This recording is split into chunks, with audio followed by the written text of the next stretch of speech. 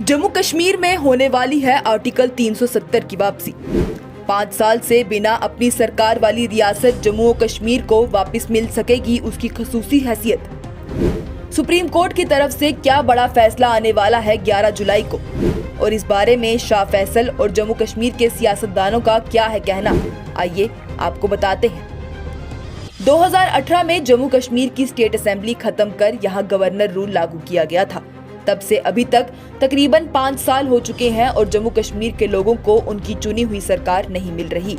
2018 में state assembly खत्म हुई और 2019 में जम्मू कश्मीर के लोगों को उससे भी बड़ा झटका लगा, जब 5 अगस्त को मरकजी सरकार की तरफ से दफा 370 और 35A की मनसूखी करके जम्मू कश्मीर से और यहाँ रह रहे लोगों से रियासत की खसूसी हैसियत ही छीन ली गई।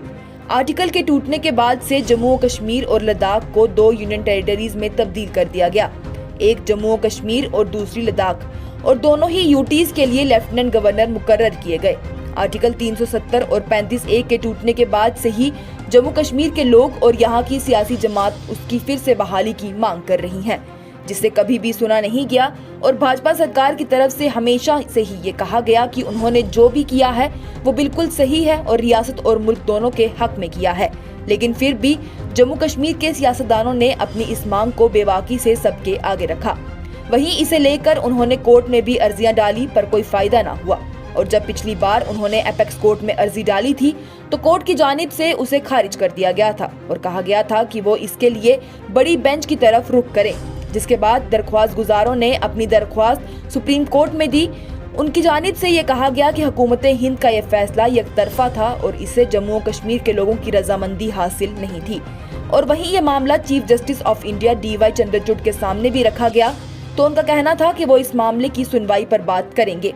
हालांकि इससे पहले भी पिछले साल 25 सितंबर को साबिक chief justice of India NV Ramana इस मामले में जल्द सुनवाई पर राजी हुए थे, पर कुछ भी नतीजा नहीं निकल कर आया।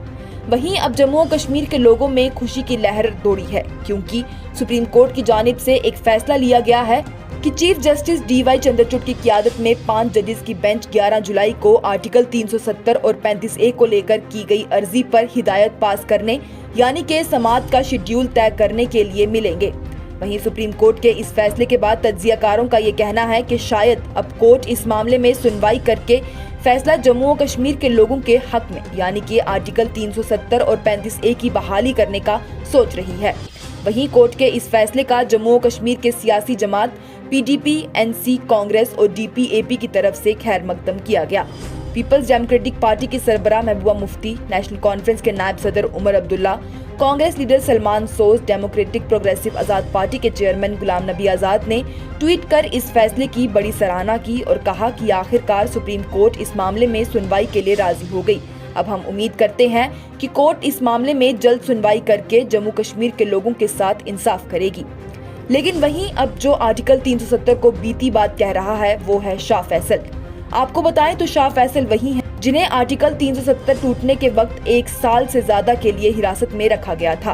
उन्होंने सबसे पहले आर्टिकल 370 के मरकज के फैसले को सुप्रीम कोर्ट में चैलेंज करने के साथ साथ जनवरी 2019 में ही सियासी वजूद बनाने के लिए अपनी नौकरी से इस्तीफा दिया था, लेकिन सरकार की तरफ से उनके इस्तीफे को माना नहीं गया था और अप्रैल 2022 में शाह फैसल ने अपनी नौकरी से इस्तीफे को वापस लिया, जिसे सरकार ने माना और वो वापस अपनी नौकरी पर जाने लगे।